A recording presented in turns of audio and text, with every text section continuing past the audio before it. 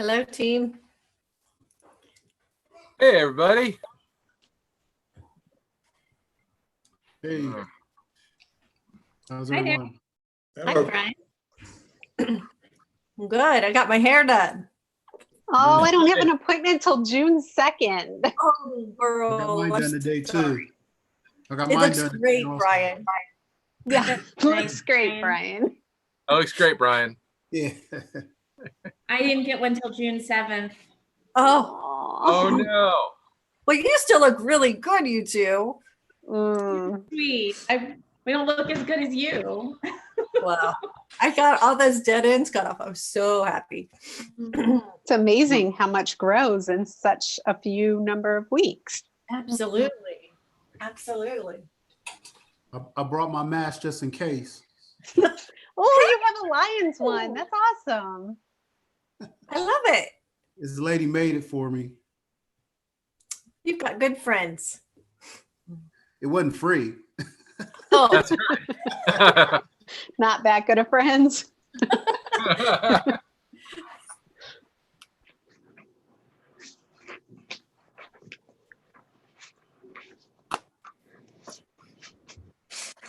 Mike. All right. We have another minute, right? Yep. I mean, I don't see Steve, but I can't see everybody yet. Steve's here. I see his. Well, I Oh, you- don't see him, but I see that he's here.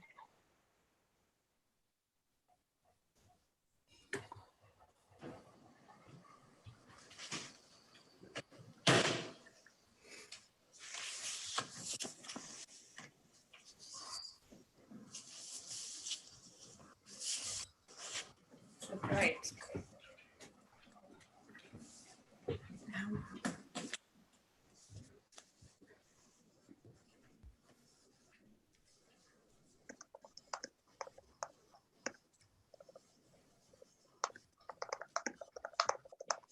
Does that mean go time? I think so. It's 6:30. Okay, so we will call to order the May 19th Finance and Facilities meeting. In attendance via Zoom tonight are Brian Hairston and myself, Daphne Mooring, Burl Piccolantonio, Matt Campbell, and Jennifer Chrysler from the board. And we have 3 agenda items. The first is an update on our April financials. So I'll turn it over to Mike. Okay. Let me see if I can share this.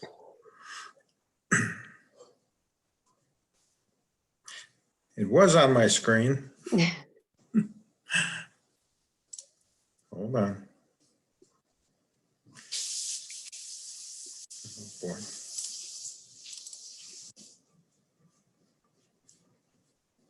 No, that's not it. I'm sorry. Financial report. That's okay. While he's pulling Okay. that up, I just will share with you that when Mike and I talked earlier, we're going to kind of go quickly through the April financials so that we can spend the bulk of our time on the May 2025 year forecast. So I hope that's okay with everybody. Are you ready? Okay, now I need to get back to the meeting thing.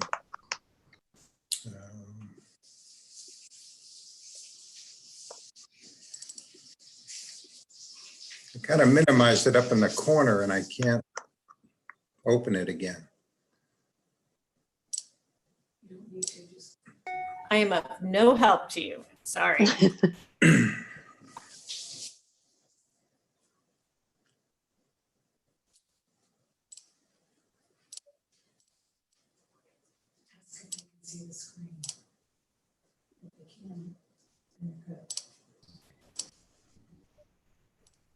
Is that hide video?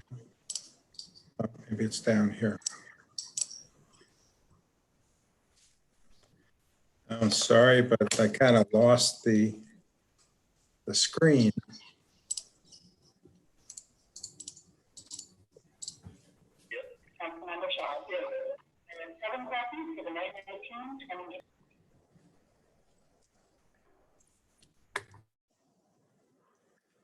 And it's not giving me any options to open it. This is the document that we received in the email link. It's the financial reports that lists, the ones that we typically send out each month. Mike, do you want to send it to me and I will pull it up? Could do that.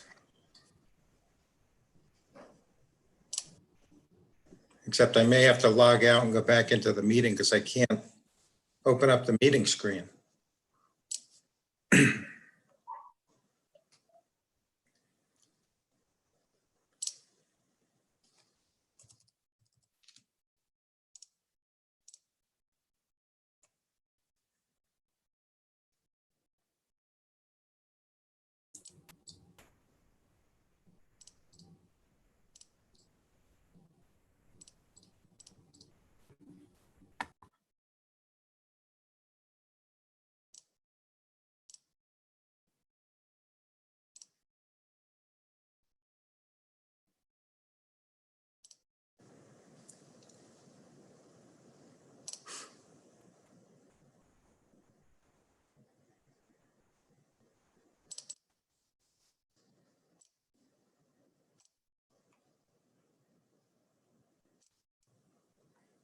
Okay, Joe, I just sent it.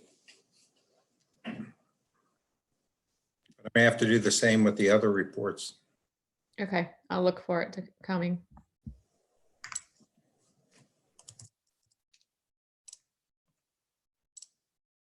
Does Jill get the email with the link that she could directly access the reports? I just attached it to the email.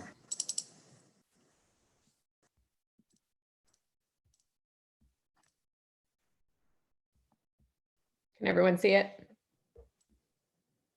Yes.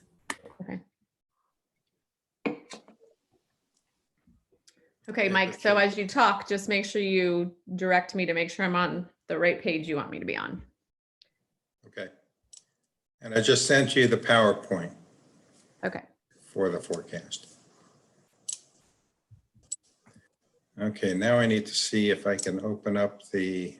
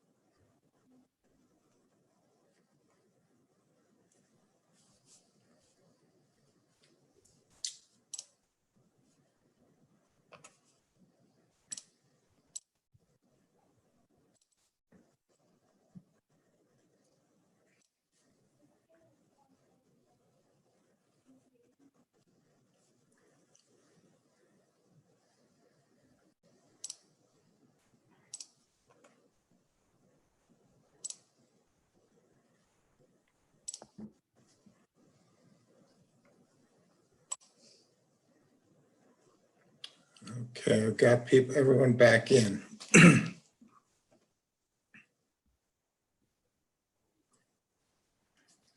Okay, so for April results, no significant changes to how we've been running year to date. Cash balances, if you go to the narrative there, Jill, 59 million, up 2 million over prior year. Revenues remain ahead of plan as they have been all year. And that we will be approximately 500,000 higher than estimates. 4.8 million higher than prior year.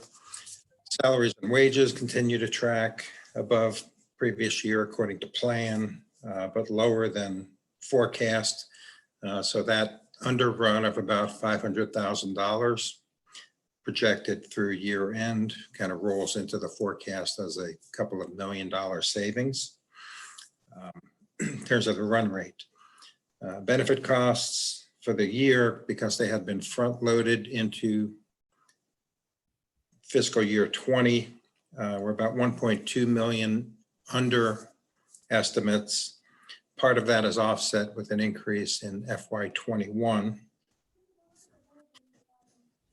CARES Act, if you recall, we received funding, or we haven't received it yet, but we've been allocated $984,000 from the federal government as part of the CARES Act. About 780 of that is for Gahanna Jefferson schools. The balance, about 190,000, is for auxiliary and non-public schools. So they have been contacting us requesting distribution of those. Once we receive the funds, they'll be put into a 500 federal fund, and then we will spend money accordingly, which will occur in FY 21.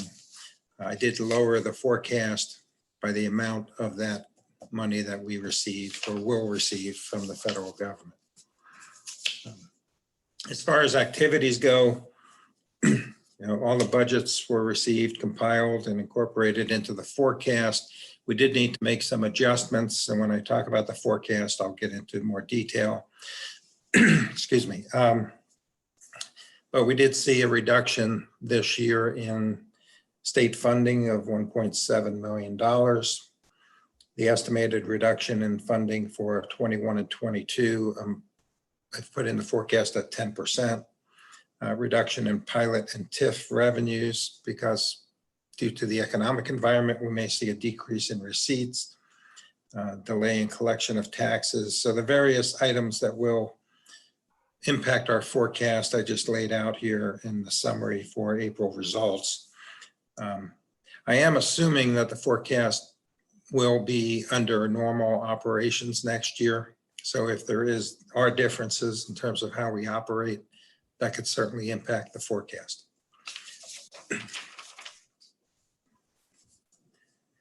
For operating results, we're tracking 95.6% of revenues. That's not unusual through April, because most all receipts are typically received by April. May and June are very low in terms of normal dollar receipts.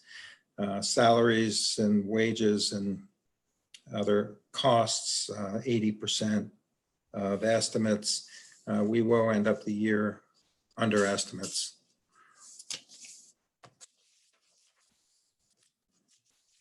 The next slide gives a little more detailed breakout between local and state sources of funds. Again, tracking on local revenues about $7.4 million better than prior year. Under in state sources, but that's because the 2.9 million for homestead and rollback was not received in April and was delayed by the county auditor, but we did receive that in May. So it should be, there's no really impact to the estimates there. On the expense side, 78.4 versus 75.2, up 3.2 million year over year, 4% or so.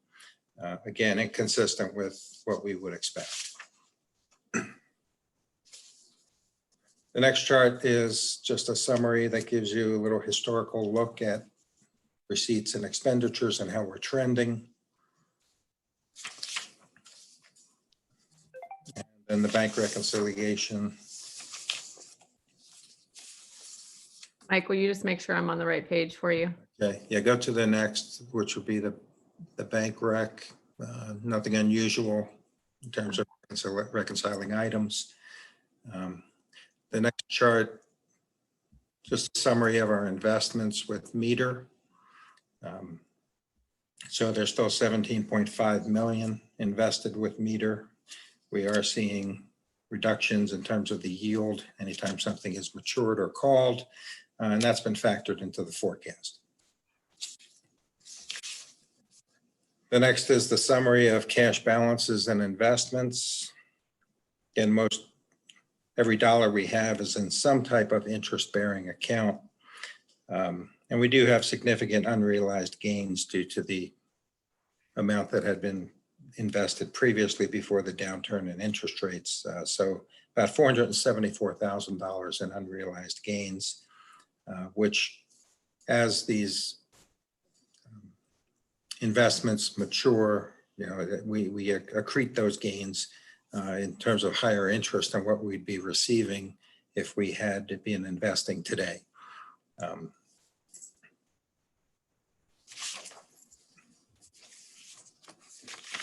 And then lastly is the summary of all our account balances, and nothing there to really go into any detail about. So overall, April year-to-date is not, or it's actually better than where we would have expected to be. And the fiscal year is also going to end up better than expected, at least as projected last year.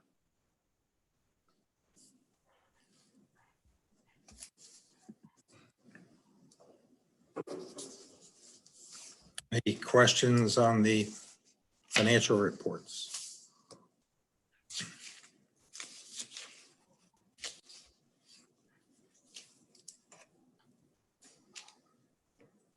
Mike, the CARES Act, that money will go into the general fund?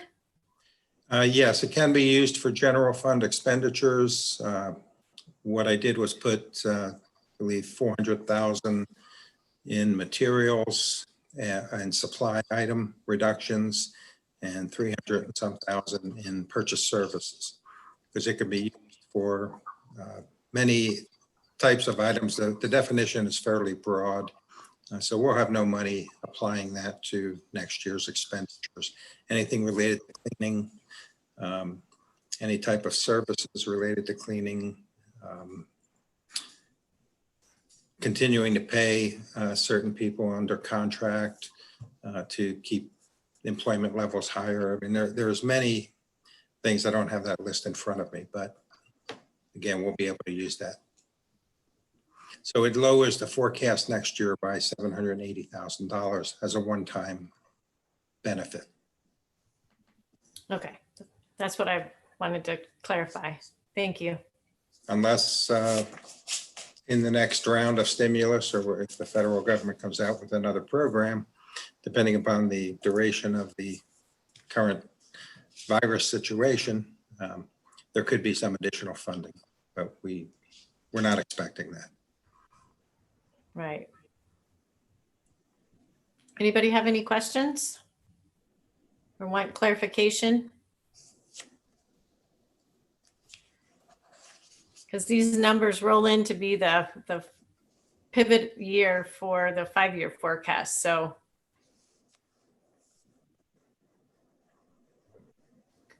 great to. Thank you, Mike. Okay. Do you just want to roll into the 5-year forecast presentation then? Okay. There's a PowerPoint, Jill, that I just sent you.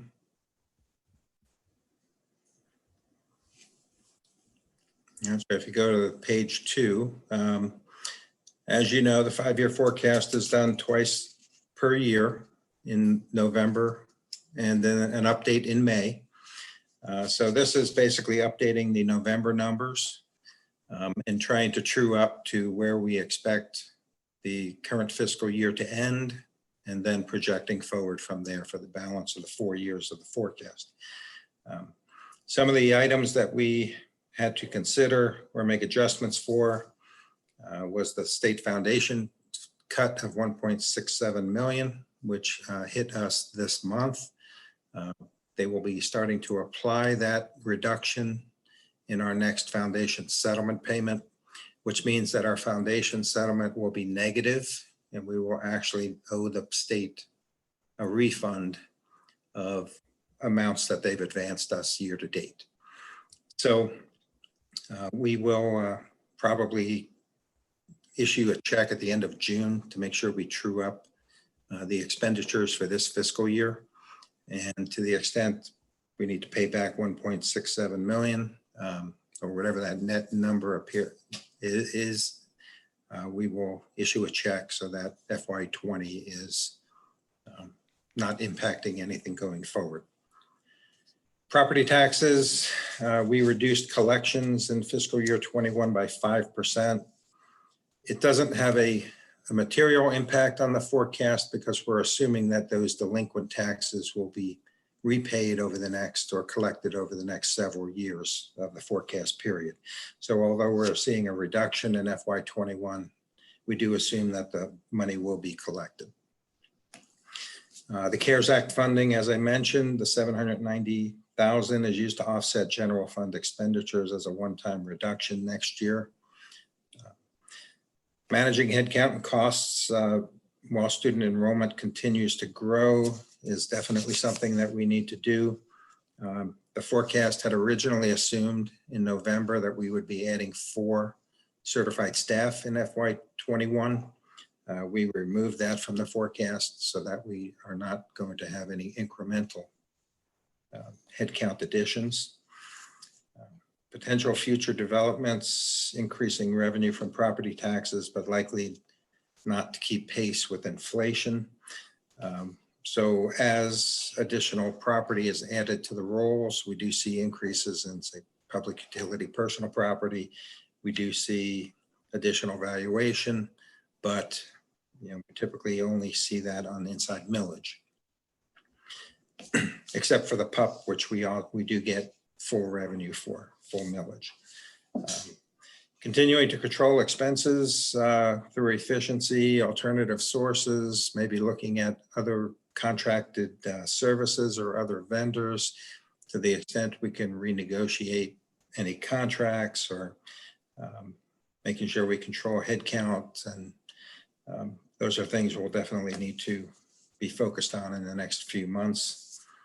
And the bottom line is that in order to maintain our 60-day cash reserve, we would need to have a 4.65 mil operating levy on the November ballot to maintain that 60 days at the end of fiscal year 24.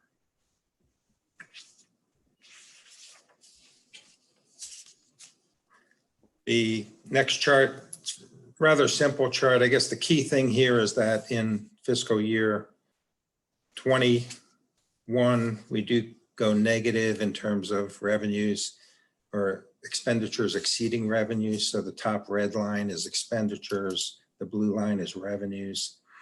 And as is typical in the levy cycle, eventually all school districts end up in the position where revenues will exceed expenses because revenues always tend to rise at a faster pace and rate than expenditures do. The green line is cash balance. We go negative in 2023. The offset to that would be with the operating levy passage, it would keep us positive.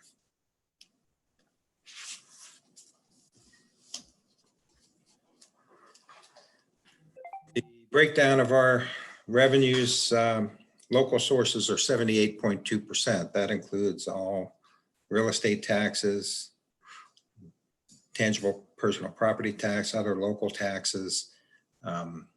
So the tax burden on our local taxpayers is high compared to what we receive from the state. State consists of most of the state foundation as well as rollback homestead.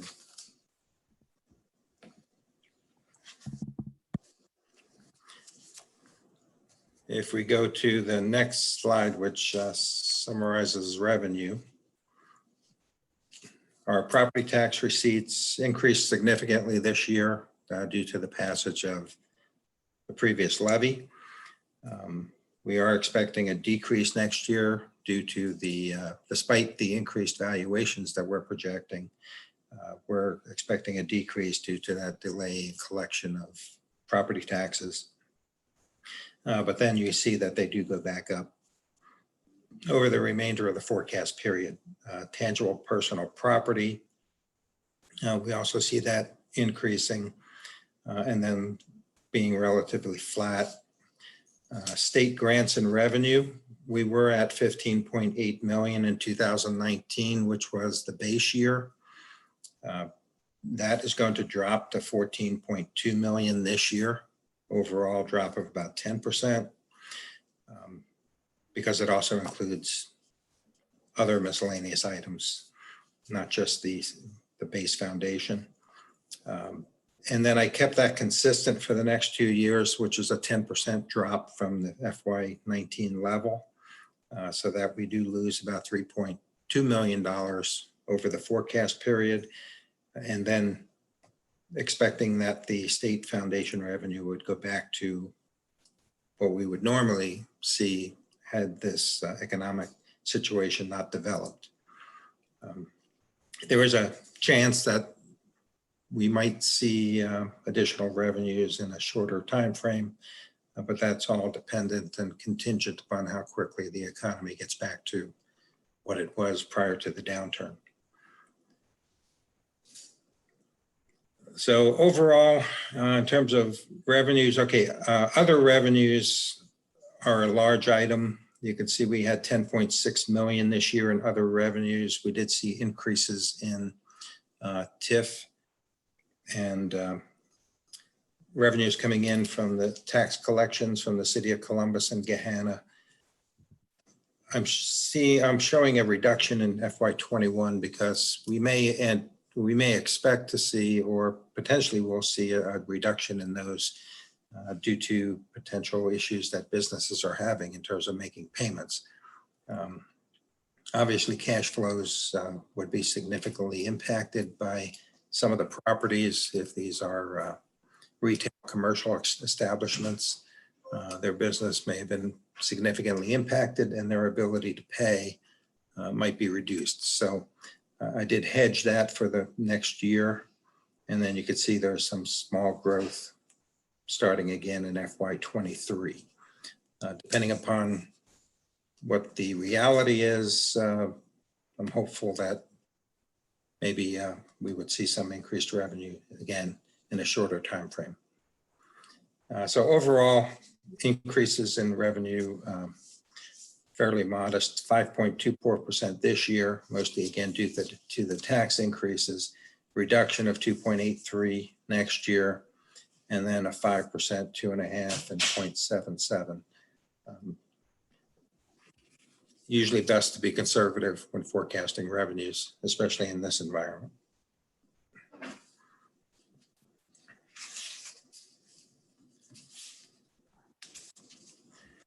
So just some of the items, the COVID-19 pandemic, significant unprecedented challenges. This is by far the most uncertain forecast that I've ever developed, as is true of, I'm sure, every other treasurer in the state. Normally, there is some continuity or consistency when you look at forecasts, on every 6-month cycle. You tend to have a good feel for the community and what's happening and growth and what your expenses are going to do and what revenues are going to do and what's going to be collected on the tax base. And it's much less challenging to come up with what those estimates are. Given where we are today, it's just a difficult environment to come up with a forecast that you could feel or have a high degree of confidence. The state, the 791,000 in federal CARES Act funding, again, probably not going to receive additional funds. While state revenue is frozen, other costs continue to rise for community schools and school choice deductions. In the forecast, there is a significant increase in what we expect in tuition for community schools and for special ed type expenditures. So that does have a material impact on the forecast, but we're not getting any additional revenue from the state. I'm hoping that we don't see additional reductions in state revenue. 10% and 10% for the 2 fiscal years seems to be consistent with what most treasurers are modeling at this point.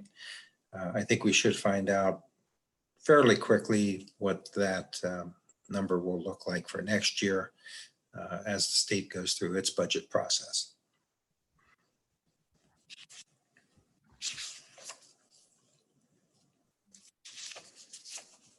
If you go to the next slide, Jill. On the expenditure side, wages and benefits are approximately 81% of our total expenditures. For FY20, services at 12, materials, capital, and other, total of about 7%. This is fairly normal in terms of the distribution. The wages and benefit number is getting a little bit higher than what I would think the comfort zone is. If you're in the mid to upper 70s, that's a good place to be. When you start getting above 80, it starts to be a little bit of a warning. And when you start hitting 85 to 90, you're kind of in the danger zone. The forecast does not go above 81, or sorry, it hits about 82.5% in fiscal year 24.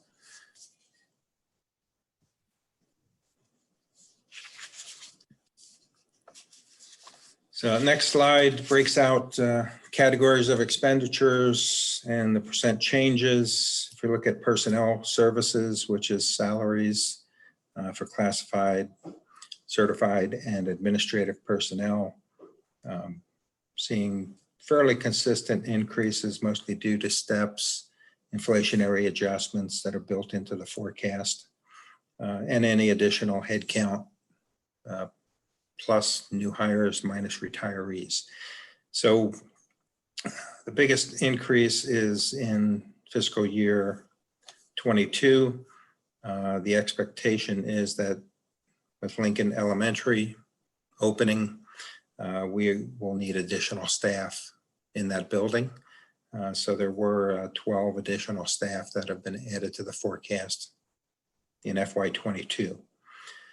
In terms of retiree and benefit costs, that consists of pension cost and mostly the healthcare costs. Those are the two biggest components. We're looking at, although this year was 10.68%, next year it's 6.5, 6.83, 6.76. It's in line with what I would expect, depending upon the experience, especially in the healthcare plan, that would have a significant impact on those numbers. So the amount that we end up getting as increases to premiums, since we are now fully insured, those will significantly impact the forecast. They're forecasted at roughly 9% per year, which is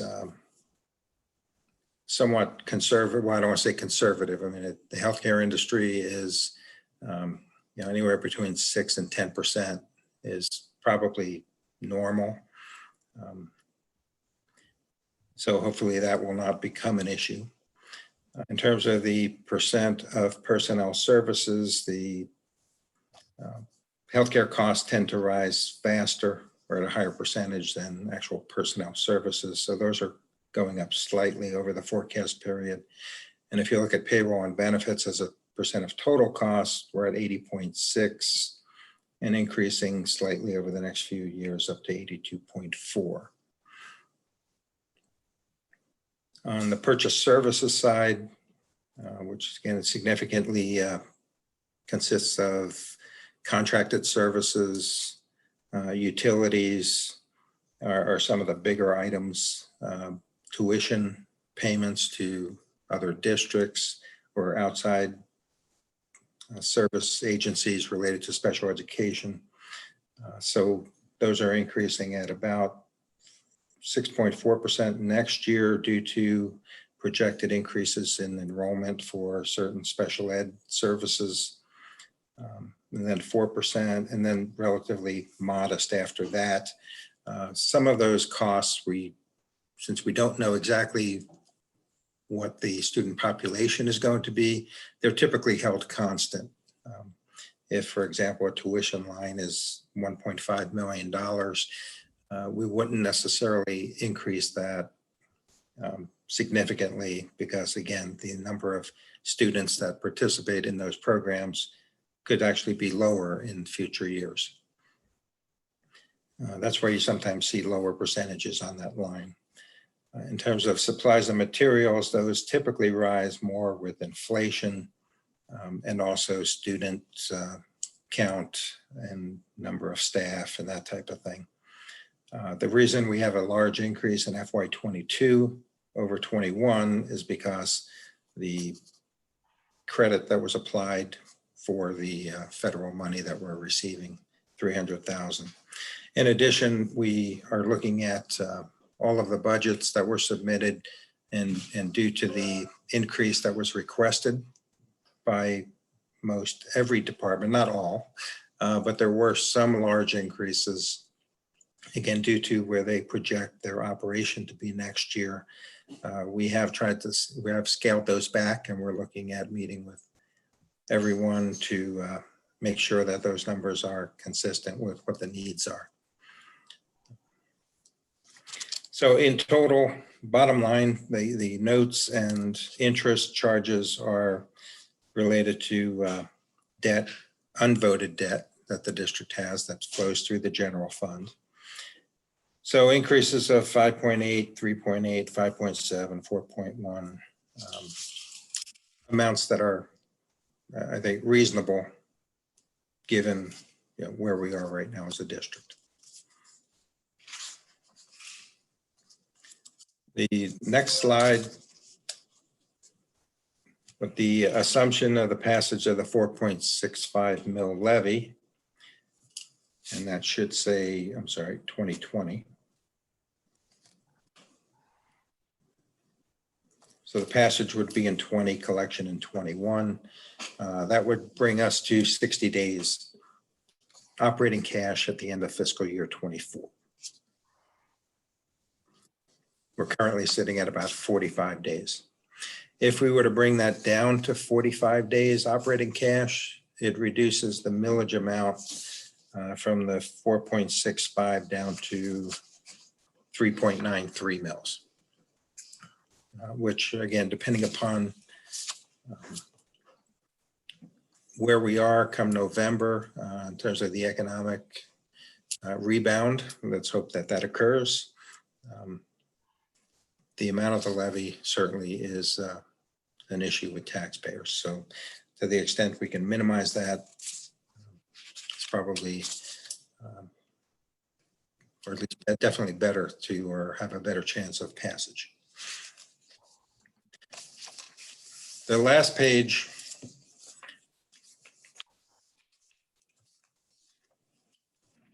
Joe, if you go to the next page. All right. Okay, thank you. Kind of shows where we were in terms of the forecast in November.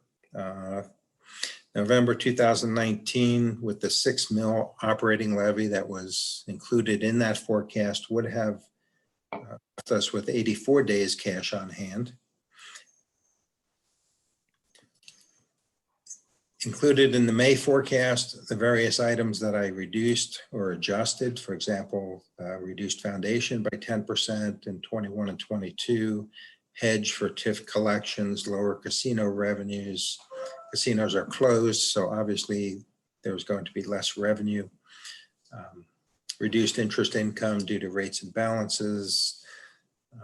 I assumed that we would be back in school come the fall. If we are not, then there could be an impact, or there will be an impact on tuition and fee revenue, which is not included in this forecast. And expenditures at FY21 adjusted budget request level, and then we increased for headcount volume and inflation. So those are things that are included in this current forecast as presented. Other things that could impact the forecast either positively or negatively.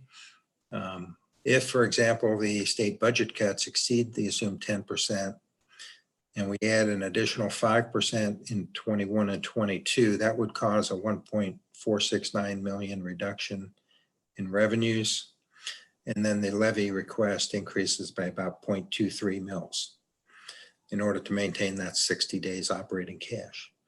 If the TIF and pilot payments, if we do not see a reduction, and that 650,000 impact is not realized, we could see an increase in revenues of 2.6 million over the forecast period, which would lower the millage amounts. The county auditor has proposed a delay in the valuation adjustments that are scheduled to be done this year. They have requested it. It is not, at this point, at least thought that that will occur, that the auditor will be required to actually make those adjustments. If they delay the revaluation by 1 year, it'll cost us 498,000 in revenue. And that would be lost effectively because by delaying 1 year, we lose the year of collection.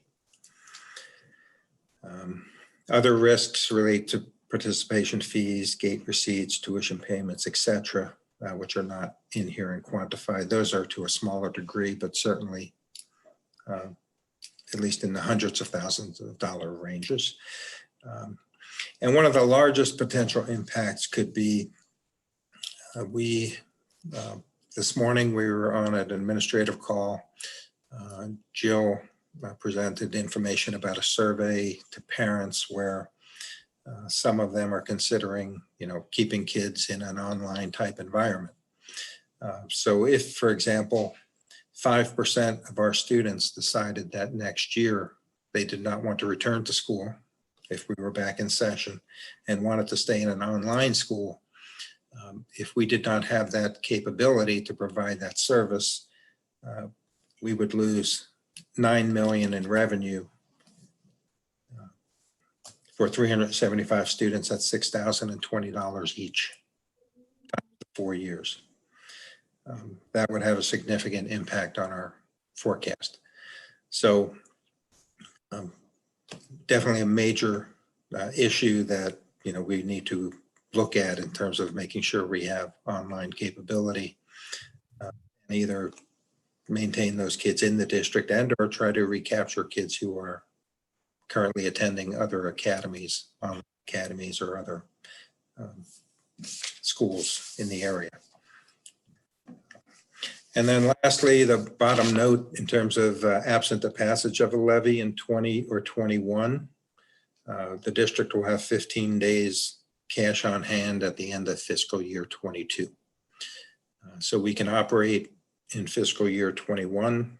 We can operate through fiscal year 22, but we would be in serious financial trouble after that point. So it's just a note in terms of lack of passage of a levy and what the impact would be.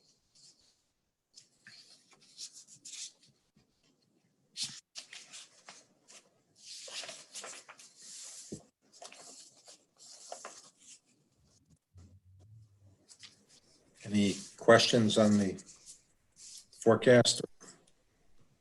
Issues, other potential risks or things that you might consider or should be considered? I have two questions. One of them is really specific and the other one is not as specific. I guess, ask the specific question first. And I don't know, Mike, are you planning to go through, I know you just did the slideshow presentation. The other specific question I have is related to the other document that we have about the 5-year forecast. I didn't think you were going to go through that in detail, but I don't know if I should hold that question or ask now. Which, the actual forecast? Yeah, the actual forecast, yeah. Slides, support slides or? Yes, the the actual forecast. Okay. So there's let's see if I can find it. On page 12, in the purchase services line.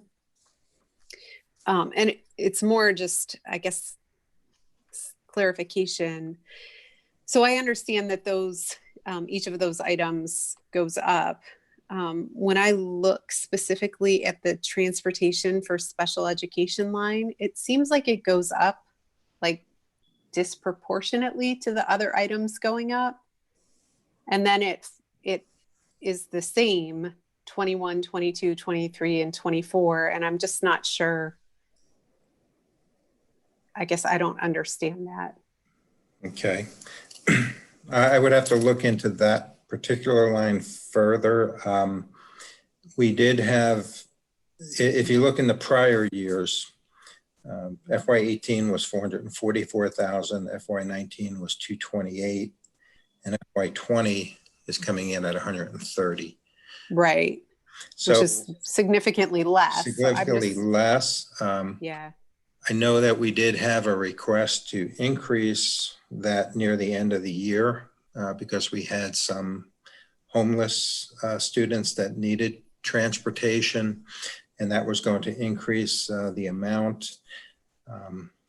So when I looked and forecasted my purchase services from April through June, I look at it per line item, but I'm more looking at it in total. So I think in this particular case, I bumped it back up because I was kind of fearful that the 129 was maybe lower than what it would be going forward. And it could be a risk item if it's down to 130. So maybe to be conservative, I would have bumped it back up. Some of the lines in the forecast are the way the model had been developed. I mean, I inherited the forecast and I had a great model. That's the forecast model that's being used. Definitely great model. Some of the things are a little bit different than what I would have traditionally have done when I developed a forecast, and I didn't necessarily change some of the assumptions that were baked into this forecast. So to the extent that a forecasted line was at a certain percentage increase, I didn't necessarily change that in going through it this time. Okay. In cases I did, because I felt I had more information, and I did think that maybe in some cases it was not what I would have typically done. I can't speak to that particular line other than I thought maybe that the FY20 number is lower than what it would normally be, and I want to leave that being short. Okay. The more general question that I have, and you talked about it a little bit, is related to the request to delay revaluation. And I guess the remaining questions that I have are, so you talked about how that would negative financially impact us. Can you talk a little bit about how, I thought that you had said that that would also impact our ability to borrow related to the bond? And correct me if I'm wrong, but if that is the case, can you explain that? And then my second question related to that is, are there any downsides for us if the request does not get approved? I know that the reason that the request was made, at least my understanding, that the reason that the request was made is that the auditor had some concern that if he went forward now, or if the process went forward now, that it would reflect something that was artificial. So are there any risks to us if that request does not get approved? Well, in terms of the bond, the bond issue and our debt limit is based upon valuation. So to the extent that the valuations are not increased to reflect where they should be based upon the last 3 years of increases in property values, that does affect the amount of debt that we can borrow, and it would lower the amount available for the bond issue. And assuming we were going to attempt to raise the same amount of capital, we would need to increase the amount for the PI levy to be used to pay the other debt. So that's where that would have an impact. Certainly would be better if the valuations were increased as to recapture the last 3 years of increases that we have not received. There's a reason that they do it every 3 years. I mean, every year or so would be way too much and subject to swings, but over a 3-year period, you get a fairly good idea as to where the property valuations were, and to inflation and or demand, which is driving up real property values, you then make those adjustments. So if by delaying it, we lose out on that revenue because we're not capturing the inside millage on those additional revenues, plus any change in personal utility, personal property values, we would, it equates to basically 5%, 500,000 of lost revenue for the 1 year. So On the downside, in terms of, is there a downside if they don't do it? I guess from a political, I'm just trying to think, if your home values, okay, because this definitely affects residential home values. If your home value that was a number 200,000 3 years ago should now be 25,000 due to the increase that they're forecasting, then by increasing it today, given the environment we're in, where people are out of work and potentially struggling because there are a large number of unemployed individuals. I'm not sure how many in the Gahanna school district, but to be sensitive to that, seeing an increase in your property value, an increase in your taxes at this time may cause some consternation, say. So I guess maybe there's political downside to doing this now. I meant to us, to the district. Do you Okay. think that in any way, I mean, like I said, I understand from the auditor's perspective. I'm just wondering if from our perspective at all, I think the answer is no, but No, from a financial, that's okay. potentially you. from a levy request impact. Okay. I appreciate it. I know that was kind of a, not a straight financial question, but I'm just still, I know we don't have control over whether or not that request gets approved, but just trying to understand how it impacts us. So thank you. I And had a I'll just question. share. Oh, go ahead. Sorry. I was just going to say, I had a question that was similar that you answered as you were talking, Mike. So thank you. Okay. Sorry, Daphne. No, that's fine. I didn't see your yellow frame light up. Just for matter of information, Brian and I were on a conference call with Mike and Steve a week ago Monday to review a draft. And so Brian and I gave input at that time, and I feel like almost all of it has been incorporated in. I think we did also ask about if we modified for this particular forecast from requiring a 60-day cash on hand at the end of the fiscal year to 45, how that impacted the 5-year forecast. And so that's why Mike included that column in his the end of his 5-year forecast presentation that gives 60-day and 45-day numbers. Brian, did I miss anything? You're good. Other questions on the 5-year forecast?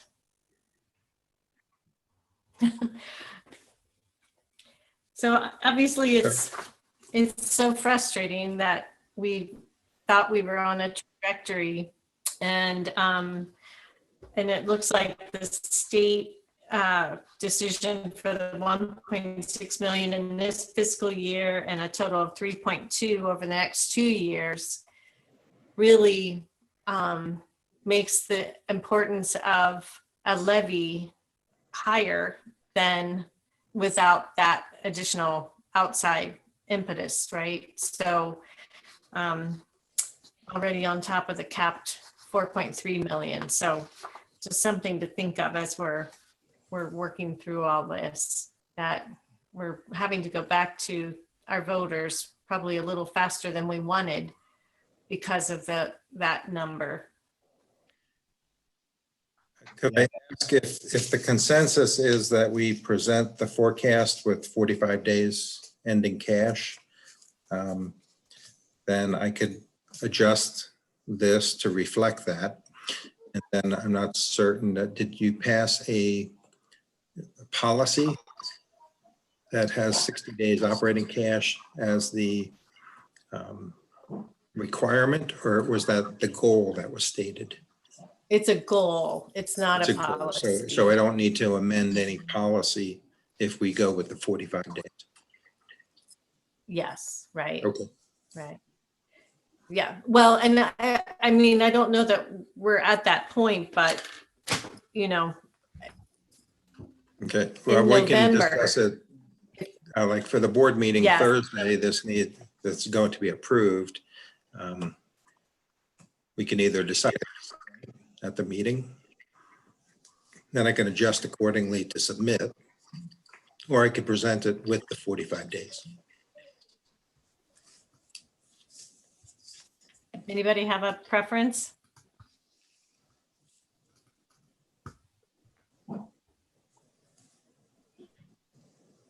I mean,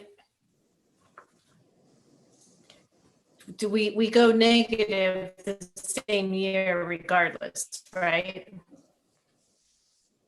From a cash balance?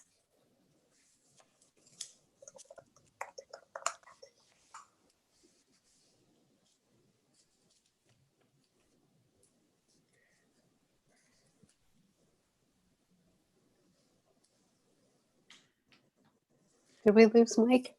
No, I'm sorry, I'm Oh, here. okay. There you are. I'm just looking to see.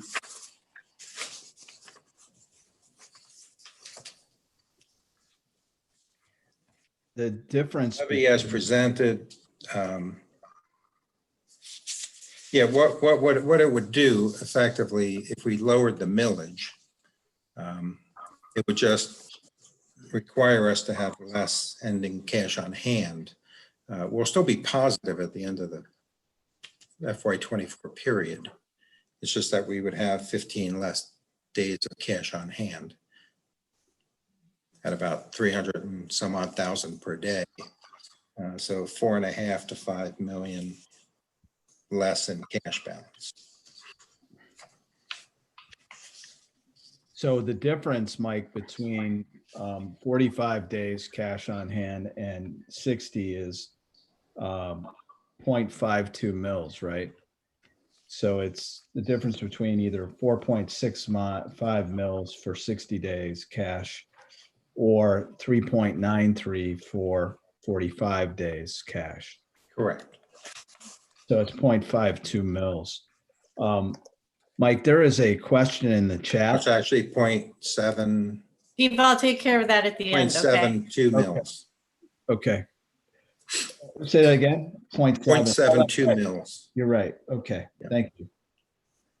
0.72 mils. So I mean, I think as a board, we discussed the need to get to 60-day cash on hand. We went to the voters with the skinniest millage we could last time. And puts us in the position we're in today.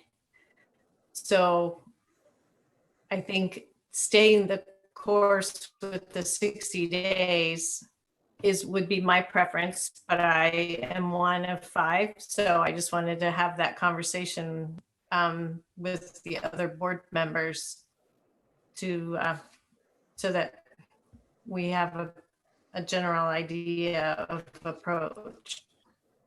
Yeah, I agree with you, Daphne. I think staying with 60 is appropriate, especially going into this fall. If it gets rejected this fall, I think we look at 45 as part of the compromise in bringing it back to the voters. But I think 60, we stay the line as far as 60s goes. I would agree. I think that absent a reason to compromise it down, i.e. like the voters telling us that that's not something that they would support, I think so far we've been very careful about our our spending. We've been very fiscally responsible. I think our and I think part of our commitment to the voters is also not to keep coming back on the ballot, right? And to make sure that we've got good, solid, we're setting the district up in the future for good, solid fiscal health and sustainability. So to that end, I would say that we keep the 60. Okay, Burl. Yeah, I would agree. I'm not going to repeat what everybody else has said, but I would agree with that sentiment. We set that as a goal, and I don't think we've heard a reason at this point to change that goal. I agree, especially since the state has been so quick. I mean, without much notice, reducing our money, right? We have to protect ourselves here for sure. Okay. We do have you agree, Brian? I agree. I agree also with us not going back to the voters as often, having to go right back again. I don't think that would be, wise. So just go with the 60. Okay. I just thought we needed to have that conversation, right? And I thank you all for your input there. There was a question, I think, from Catherine and about refinancing debt to lower our interest obligation, and we did have done that. Christine had an evaluation done of all of our debt instruments, and if you'll recall, was it a year and a half ago? We refinanced all debt that was refinanceable and lowered our interest rates on those. So good question. Okay, That and is, third on the agenda is the master facility piece. Yes. I'm sorry. So we're going to frame that tonight, not with specifics about the master facility plan, but in talking about the financial instruments that would be needed to use to finance whatever it is that we as a board approve after the presentation from the master facility committee. So during this segment, we're going to try to kind of determine the process that we're going to use to facilitate getting that presentation from the master facility committee to us. And then there's a timeline that we would need to sign or to submit a resolution with regard to what we intend to put on the ballot in November. That's due in June. Would have to happen at our June board meeting. So tonight, just in talking about operating levy, there would need to be a bond. And we talked a little bit about the property valuation or revaluation affecting our debt limit. And perhaps the need to go above our debt limit to pay for what master facility improvements that we end up approving. If we approve such, that would need to go over our debt limit. So with that framework, I don't know if Steve or Mike wants to take it from there, but if we can keep the focus not on what the plan is, and not necessarily millage numbers, but conceptually, I think that would be a good point to have tonight. Yeah, so I can start. Steve, Mike, take it away. I can start, Mike, and maybe you can fill in. So the Master Facilities Committee has been working hard to develop a phase 2 recommendation. And I suggest we have a special meeting to have the committee present that recommendation to the board. We have talked about a lot of different things in terms of our debt limit and you know, our needs. So having growth that's hitting our elementary and middle schools first, and you know, needing a high school solution. Those are all very expensive things, and they challenge our debt limit, which is $205 million. And so there are mechanisms, permanent improvement levies that you can attach to a bond, and there's a way to extend that debt limit. So we've talked a little bit about that. So it's a PI levy tied to another mechanism called a COPS, which is a certificate of participation. And so those are things we've talked with bond folks about, an attorney, a bond counsel attorney about, and we've also had builders at our finance meeting or at our master facilities meetings and architects talking about how much square footage is likely to cost by the time we go out and build. There is no sign of a correction at this point in Central Ohio. There's still a shortage of labor when it comes to construction, and that shortage is really driving up costs. It's not so much materials or construction managers. It's you know, the shortage of labor and all the building that's going on. OSU has a lot of projects, I think something like $3 billion worth in Central Ohio. So it makes it for a very competitive environment. So those are the mechanisms to extend the debt limit. And we may need to do that in order to present the board with a plan that we think in our community meetings in January and February, the energy and inspiration around those discussions as we look toward, you know, what you know we need to deliver our community, it may be that we need to extend that debt limit. And we also know the timing of the COVID-19 crisis doesn't help, you know, similar to our discussion before. So I think we can explain those mechanisms more later. And Mike, if you want to explain what a COPS and how it works is, but I would love to have our committee have a special board meeting and invite our committee to talk about our process. I'm very proud of our committee and the work we've done. We really tried to keep costs down, and it's been a struggle. And so just kind of sharing with you that process, I think would be good. And then a recommendation, and then taking it from there and letting you respond to that. Okay, well, just the difference between bond issue and COPS financing. Bond issue is tied to your valuation and the debt limits set by the state.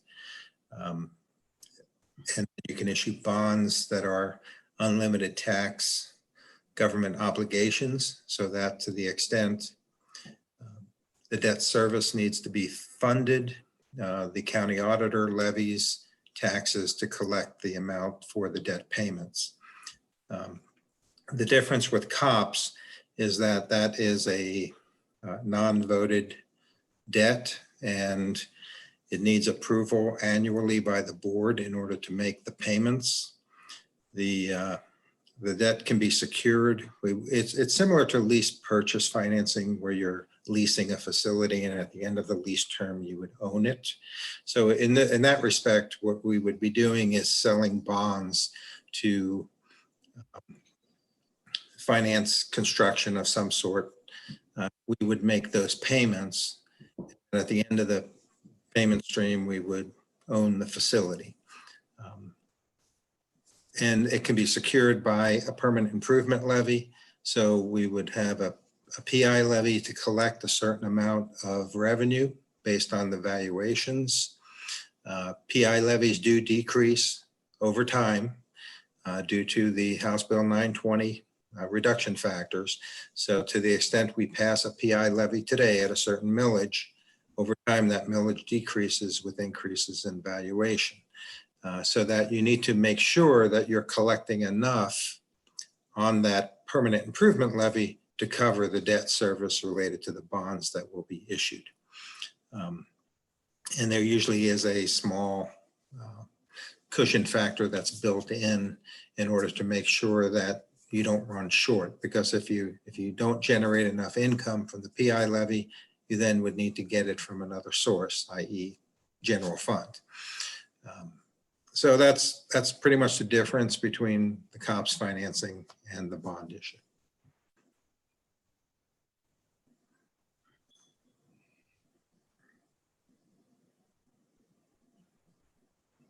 Was COPS used for Clark Hall? Yes.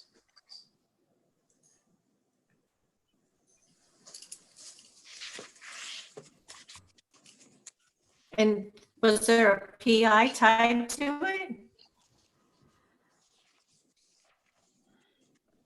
No, because the Clark Hall is being funded through the general fund.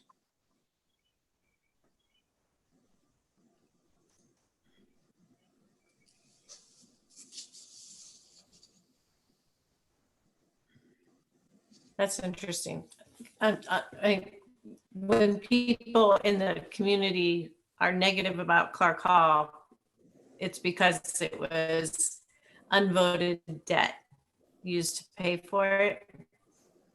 And so the PI would then give the voters participation in the process. That Correct. makes cleaner sense now. Okay, thank you. Yes. That's Because the board, we are authorized to issue COPS financing without any type of vote. That is sometimes not the best way to go about the process. Yep, I agree. So this process would be asking the voters for permission and not doing it without their permission. Yes.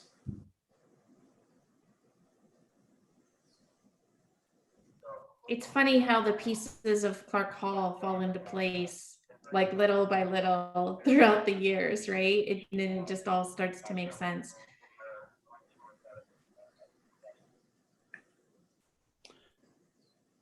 So the structure of I don't want to get into specifics, but I just want to make sure that I understand if that is a path that we ended up on, there would be then 3 components to a levy. There would be, or is the COPS PIP, or I'm sorry, is the permanent improvement, the bond, and then the operating? So would that be 3 separate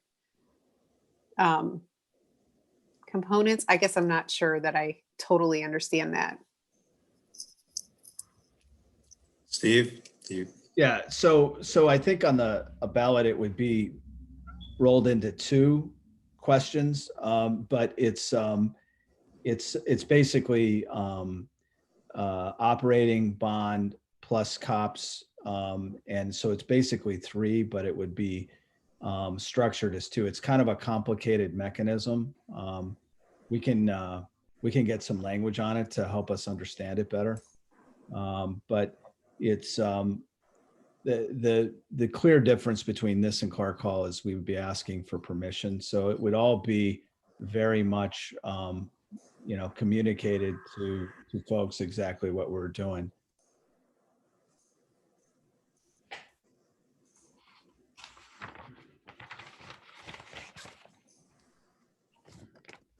Does anyone else have a question about the structure or components of the debt structure? So should we move on to trying to schedule, or do you want to have Kimberly reach out to us? Yeah, I think that's I mean, the master facility. Yeah, so if we could schedule a meeting to have the committee talk with you about its recommendation and about the process, I think that would be good. I think it would take about an hour. And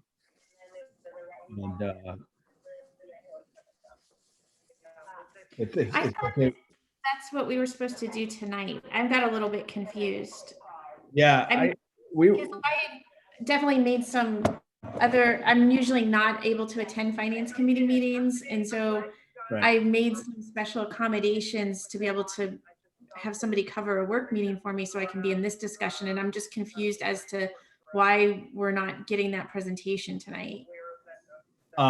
Yeah, I apologize for that. We thought it'd be better to invite, we talked before the meeting, we thought it would be better to invite the committee to be a part of it. So I apologize. Well, see, we said this at the last finance committee meeting that we were going to have them tonight.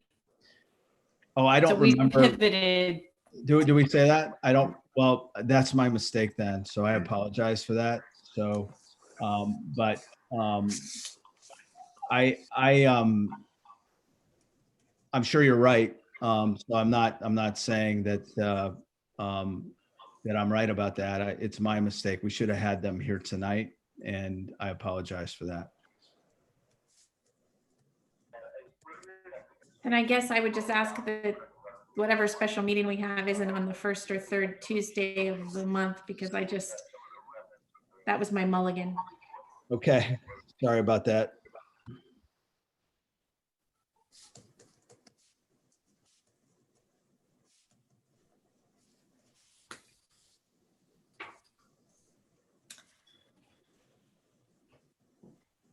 Okay, so the time frame is we would need to have that meeting. And then our finance committee is on the 16th, but we would need to have as a board so that we could review and contemplate. So I guess somehow we need to schedule this so that we have the recommendation presentation, and then we receive the projected numbers to support whatever it is we approve, so that we have time to consider that before our meeting on the 16th, so we can ask questions and then vote on the 18th, correct? Yes. Yes.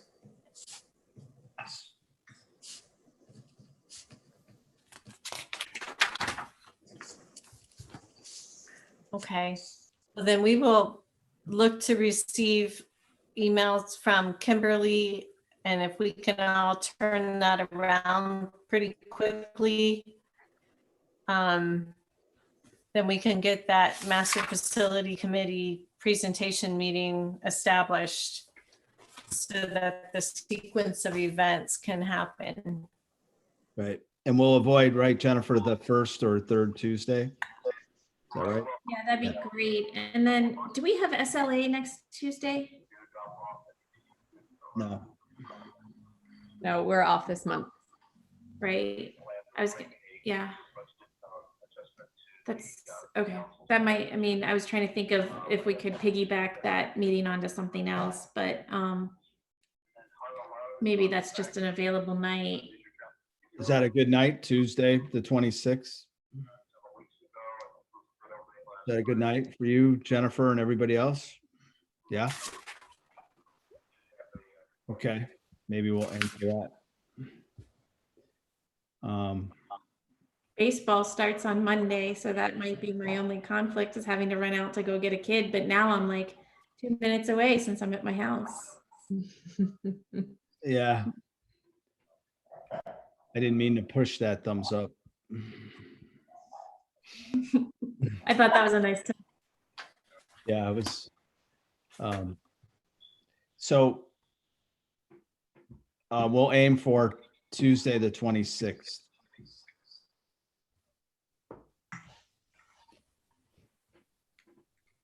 I don't know if we will need to be mindful that the ceremonial walk goes until about 5 p.m. that evening. So, I'm not sure what time you all will need to, transition, but Yeah, keep that in mind. yeah. So can we do 6 o'clock Tuesday night or 6:30 Tuesday night? Sure. Okay. I guess too, that's dependent on the committee, right? So Sure. that might be one option, and then maybe Kimberly can help throw out a couple other options depending on the conversations with the committee. Right. Yep. That sounds good.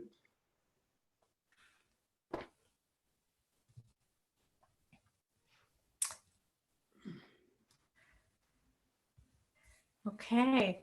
Is there any other items for discussion?